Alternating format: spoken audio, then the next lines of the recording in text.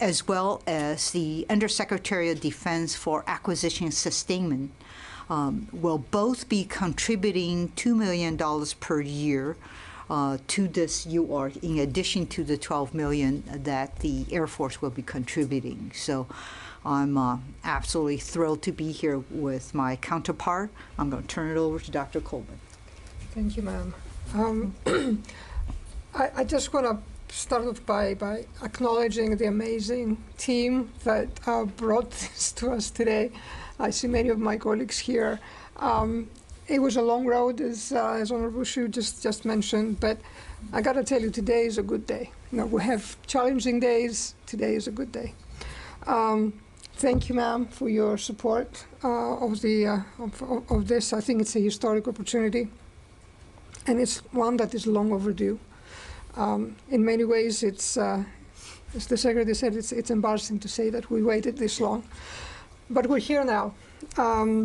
Over the next few months, I just wanted to tell you a little bit about what's going to happen next. Over the next few months, the Department of the Air Force team will continue working with Dr. LaPlante and Ms. Shu's teams to, first of all, get the UARC approval. This is a designation that is determined by USTR&E.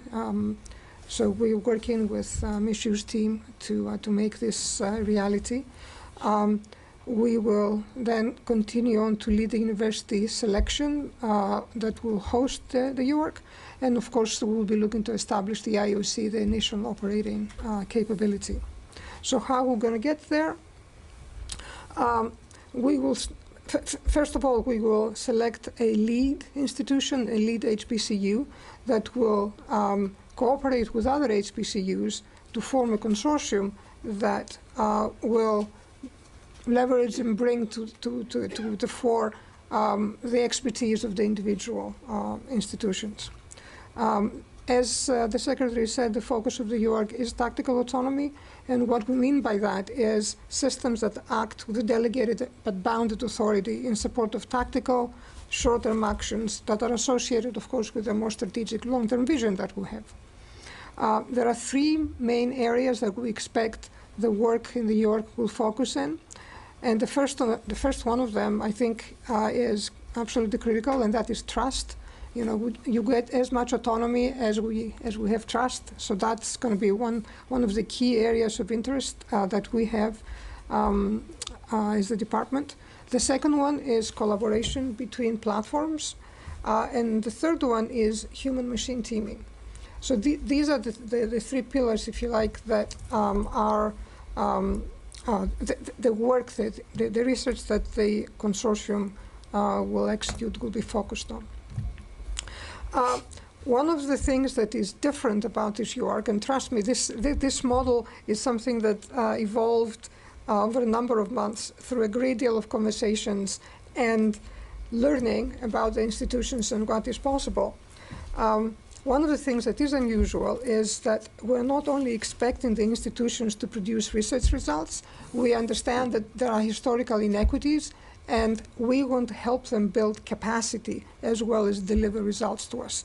As part of that, we want to advance their efforts to move at least one, hopefully more than one, institutions from the Carnegie Foundation research classification from R2, which means a high research institution, to an R1, which is very high research. Today, there are 11 HBCUs that are R2s. There are none that are R1s. Through this effort, we're hoping to ensure that at least one, if not more, institutions become R1s. There's another piece to that, and that is where our collaboration with acquisition and sustainment comes in. In addition to advancing autonomy within the Department of the Air Force, we anticipate that we will increase STEM education and economic activity in the local proximity of the consortium members. So a partner, a significant partner in the endeavor is the MPP program in UST ANS. The MPP stands for Mentor Protege Program, and the notion is that we're going to help a number of small businesses to establish themselves in and around the consortium members. So there's the robotics row at Pittsburgh. You know, our ambition, our aspiration is that there will be lots of robotics rows built up as ecosystems around the schools. And that's what I think makes this such a unique collaboration, that you know, you have a service, you have the CTO of the Department of Defense, and you have the folks that care about building a sustainable enterprise coming together to build this. And I should also say, I see Cyrus Salazar there, personnel and readiness. You know, everybody is pulling together to make this happen. So what happens next over the coming months? We will be, first of all, submitting the UARC package to approval to use the R&E. We will be reaching out to the institutions, to HBCUs, to tell them what it is that we're looking for and how we're going to go about the selection process. We anticipate that we will have an industry day during the week of August 8th. By August 15th, we will release a broad agency announcement, the competitive vehicle. And then our hope, as the Secretary mentioned, is to have a selection and have a public announcement by mid-December. And following on from today, you know, there will be a website that goes live that will give everybody access to the information that we have now and that we'll be producing. So I wanted to, again, thank everybody in the team, but I wanted us, I don't think we can have this event today without having somebody who actually is an HBCU alum to tell us what this means. So I'm pleased to close my remarks by passing it on to my colleague, Tawanda Rooney, who, alongside Bishop Garrison, hiding down there, a bishop served in the office of Secretary Austin until very recently. These two here have been our partners in crime. Without them, we wouldn't be where we are today. I think it's only fitting that Tawanda will tell us what this means to her, because she embodies our ambition to bring the brilliance of the talent in the schools into our service. So Tawanda, over to you. Thanks, Dr. Coleman. I first want to this is such a historic moment. I first want to give thanks to Mr. Kendall, Secretary Kendall, Dr. LaPlante in his absence, and certainly you, Honorable Shu, for being here, for your leadership and your commitment to seeking diverse talent for research for HBCUs, historically black colleges and universities, for our national security. As a senior executive in the Department of the Air Force and a proud historically black college and university graduate from Virginia State University, it's my honor to be a part of this historic moment today. See, I joined the Air Force in the summer hire program back in 1988 while matriculating at Virginia State University. And over those 4 years, the Air Force made a significant impact in my life, allowing me to see firsthand how my skills, how my talent could contribute to this mission. And this started my career in the Air Force. Now, 38 years later, I am pleased to see that the Department of the Air Force is making a commitment to bringing the research talent from historically black colleges and universities to meet the Department of the Air Force operational imperatives. This research and investment will also attract talented STEM professionals from historically black colleges and universities. And like myself, 38 years ago as that summer hire employee, they'll see themselves as a valuable contributor to the Department of Defense research needs. I also want to thank you, Dr. Coleman, Mr. Bishop, and the entire team for this partnership in getting us here today. Thank you so much. So we'll take some questions now. Abraham? Yeah, thank you so much. Thanks for doing this. I've got several questions, and I just hope the appropriate person will jump in. How much money is currently in those 14 UARCs? Because I read that just 0.05 currently goes to HBCUs, so I just wonder the comparison. And then what was the rationale for limiting this selection to HBCUs, and there's only 11? So instead of going nationwide, the rationale for that. And then could you talk a little bit about how will this impact diversity in the Air Force? Will it sort of expose Air Force to potential civilians and service members, future service members? Thank you so much. So I'll talk about the UARCs, okay?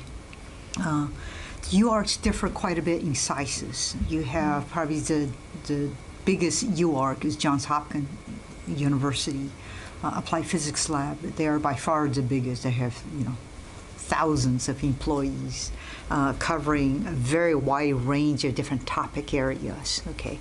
So the UARCs are really selected and supported by the services. Army has 4, Navy has 5, okay? This is the very first one by the Air Force. Missile Defense Agency has one, R&E has one, INS, Intelligence and Security has one. So there are different organizations that sponsor UARCs, and they're different sizes, focus on different critical skill areas that they desire. So I don't have the actual top line for you, but I can certainly get that. Okay. So maybe if I can speak to your second question, the diversity piece. In the Department of the Air Force, we strive for diversity. We also strive, frankly, for more scientists and engineers. One of the key messages that the Secretary, brought with him when he came to the Air Force is that we need to grow our organic technical competence in the department. So this UARC will help us on both scores, both on our diversity goals as well as our science and engineer kind of hiring goals. And while we can't hold institutions accountable from whom we hire, we can hold them accountable from whom they articulate, so that we can hire from. So the pool of scientists and engineers that we'll be creating will be available to us to bring into the department. I can talk a little bit about the why HBCUs question as well, and I think honestly your question perhaps answers itself. So today, as the Secretary said, if you look across the board, HBCUs graduate 30% of all African American scientists and engineers. Of those, 88% proceed to get PhDs from R1 white majority schools. They are not able to get those PhDs in the HBCUs. Why is that? Because of historical inequities. So our purpose here is to get access to that talent directly by going to the HBCUs versus waiting for that to migrate to us via an R1 majority institution. So we've been very deliberate in trying to get access to that talent, which we believe is kind of trapped, if you like, in some sense, inside of those institutions because of historical inequities.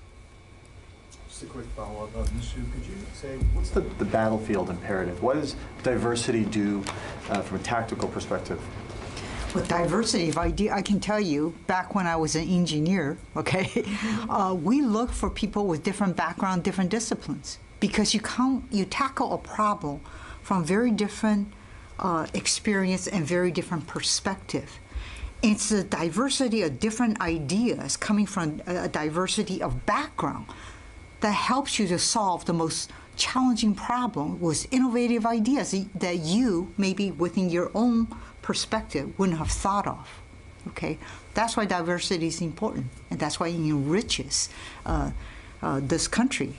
This country is incredible in terms of the diversity of talent that we have in this nation. We're one of the most innovative countries in this world, right?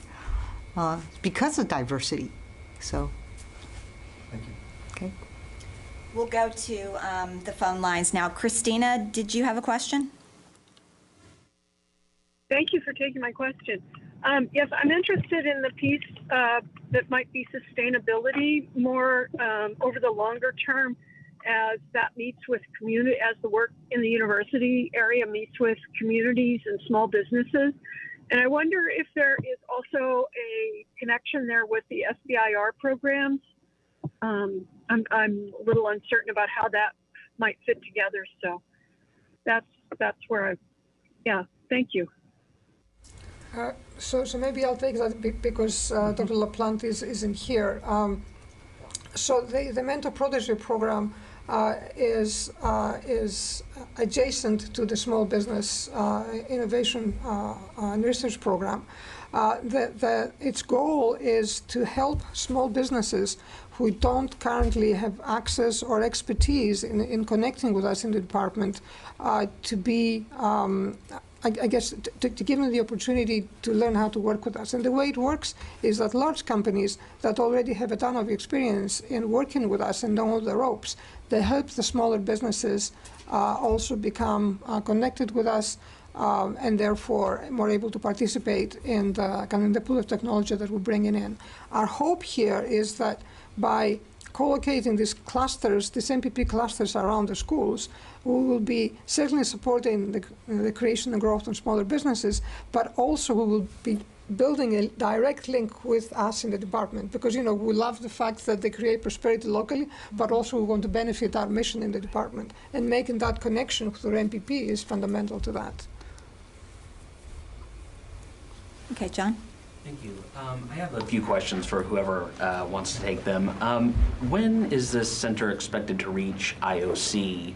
And then also, I know it's kind of Air Force focused, but could the rest of DoD, like other components, leverage some of the work that's done at this new center? And also, from an industry perspective, will the focus be on minority-owned businesses participating in this project, or is it open to any contractor who? I'll answer one aspect, and Victoria probably answered the other, the Air Force-related one, okay? I'll say one of the things that I do at my levels, I tap into the UARCs and FFRDCs. They are an extension of my technical arm, right? I would ask them for specific projects, and literally I would ask the FFRDC and UARCs, they pull together a collaborative team with the right domain expertise from each of the different area. I want you guys all thrown together to think about how to tackle this particular problem for me. So they're literally our task, and this is why they're working together. Okay. So you know, one of the central pillars of the work that we expect the UARC to do is trust and autonomy. And of course, you know, you're right in pointing out that it doesn't matter if you're in the Air Force, the Navy, or the Army. You know, any form of autonomy that is deployed requires trust. So we think that while the results, you know, we'll try and grab as much of that for the Air Force.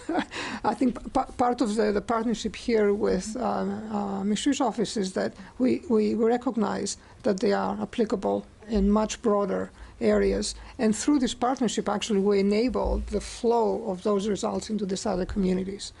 You asked a question about MPP, and I'm not an expert, but my understanding is that they are not restricted to minority-owned businesses, small businesses. That's a designation. That's my understanding. In IOC. Yeah. You asked about IOC? Yes, you can take that. IOC is expected to be in December. Okay, Eric, on the phone, did you have a question? I do not currently have a question. Thank you, though. Anybody else in the room? Abraham? Yeah, I have another question. I understand that 30% of the black engineers come from HBCUs, but what I don't understand is the rationale, again, for not opening it up nationwide. I think people are going to be asking that, so I just want to have a good answer. So again, you know, we are, the department has access to a very diverse, to a large pool of work and people that are executed through the 14 or so UARCs that we already have. Mm-hmm. What we don't have access to is the talent that is sitting inside HBCUs. So this is a very deliberate effort to allow us to have much better access in those schools. So this is the focus, one of the focus areas, but also I have to say that it is consistent with the NDAA from 22 that actually directed the department to do more on this, and perhaps he can add to that. Yeah, I would also chime in. If you think about across the nation, we have a problem in terms of STEM, right? Students graduating through universities. So one thing we ought to be doing is tap into and growing our STEM education through universities that's in the U.S., that's U.S. citizens, right? Rather than looking only externally for immigrants, right? So one way for us to grow the number of STEM students, literally to cultivate HBCUs, right? You have U.S. citizens. Why not get them interested in STEM? What my office does is reaching all the way down. We have STEM scholarships. 416 STEM scholars were awarded undergraduate and graduate degrees. And it's a fee for service, namely, I pay 4 years of your undergraduate degree. After you graduate, you work in one of our labs for 4 years. You got a guaranteed job for 4 years. What's better than that, right? And we reach down even lower into junior high schools and all the way down to grade school to cultivate the STEM talent, right? So one of the key things that we want to do is cultivate the STEM talent. Therefore, we have a greater pool of STEM folks, right, to tap into, to work not just in the DoD, but perhaps in the defense industry as well. We also benefit from that, right? Abraham, if I can pull on that, one of the things we talked about early on was the inequities. And so while the UARCs have historically been available to HBCUs, but they're not able to compete. And one of the things that we're talking about is building that capacity. And you heard the numbers of about 11 of them are R2s. None of them are R1s. And so when they compete, when you said open it up, when they compete with R1s, they're not able to compete. And one of the things under the NDAA is to fix that inequities. And to do that, we have to give them that lift like we've done with other universities through the UR. So that's our primary goal, to do that. Yeah. So one other thing I'd like to add to that, to chime into that, one of the things that my office have done last year is really helping the HBCUs to team up with a major university to be able to compete for a center of excellence fee, right? So that has happened. So last year we granted 2 more HBCUs additional funding because they've teamed up with another university, a major university, to compete on all of these research projects. Right? So, yeah, I'd just like to echo what the panel has said and introduce myself. So I'm Ms. Shu's Deputy CTO for Critical Technologies. And so I'm one generation removed from HBCUs. Both my parents were HBCU grads. And for me to achieve my career goals, that was not an option for me. So I have an elite pedigree, but I want the next me to be able to come from an HBCU. And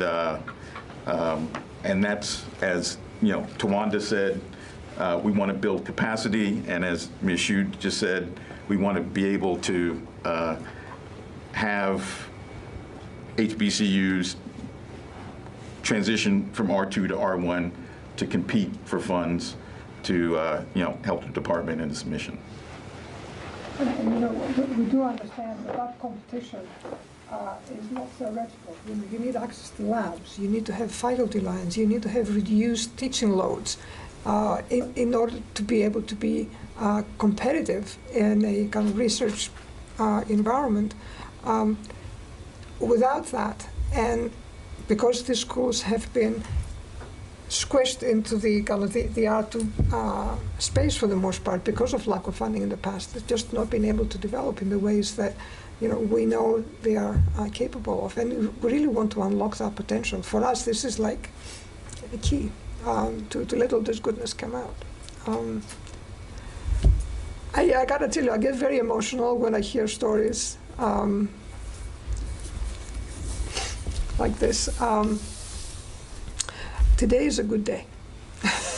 Today is a good day. John, did you have a question? Thank you. Christian, can you clarify when you're talking about the advantage of being an R1 school versus an R2 and competing? Are you talking about competing for funding for federal contracts or DoD contracts? Or can you kind of clarify what you mean? Well, I was by referring to the UARCs, and so the other UARCs, there's a competition as well. And in order for those historically black colleges and universities to compete, they have to be able to have, as Dr. Coleman talked about, the labs. They have to have the faculties. And there's 101 historically black colleges and universities. Only 11 of them are considered in R2. That means that they have a high degree of research. To get to the R1s, which are predominantly white colleges, that's very high. And so when they try to compete for other UARC opportunities, they don't compete competitively because they don't have the underpinning that's necessary. That's what I was referring to. Mm-hmm. And our hope is, by the way, that by doing this, not only they will benefit from the the funding that we will provide to New York, but that will make them much more competitive when they compete in other funding. In other solicitations, right? So we think that this is the accelerant. Yeah, or the absolutely. At catalyst. least one of them. Absolutely. It's a catalyst, right? Lauren, did you have a question? Yes, thank you so much for doing this. And you guys have kind of touched on it already, but I'm hoping to get a bit of a foot stomp. So the Biden administration released its equity plan earlier this year. The Defense Department and other federal agencies and departments noted that that HBCUs and other minority serving institutions were kind of key to, pushing forward these research efforts. You mentioned at the top that this was going to be a 3 to 5 year effort, but how is the Defense Department looking to make this kind of a mainstay and not just, an effort that kind of gets lost and we forget that these partnerships are even happening when we look up in 5 years? So the UARCs are really reviewed at 5-year cycles. So within 5 years' time will be time to take a look at how well the UARC's doing, and usually the department takes a look at in conjunction with the Air Force, and so there's a comprehensive look at what they have contributed, and usually they're renewed within 5 years for another 5 years. Okay. Plus, we have been very thoughtful about this, so we want to develop the institutions so that even if in the unlikely event that the funding doesn't continue past 5 years or even 10 years, they have built up enough capacity internally to be able to compete and bring in funding from other sources. Yes. So, Shelley, do you have a question? I don't at this time. Thank you, though. Are there any other questions in the room? Okay, Abraham. Just because Secretary Kendall talked about China, do our adversaries do this? Does this provide any kind of edge? I actually don't know what China does in terms of UARCs. I have not looked into that. I will say our competitors are using their talent and their students for competitive advantage. And so using that engineering and that talent, we have to do the same thing. And so applying this kind of capability and using every arsenal, meaning the background, the culture, everything that you bring, I bring to the fight. That's what they're doing. And so we have to do the same thing. I think their civil and military blurs the line, so it's kind of hard to say where the line divides. Ours is pretty clear, right? Okay, if no other questions, we'll say thank you to our panelists, and we appreciate everybody showing up today and celebrating this great occasion. Thank you.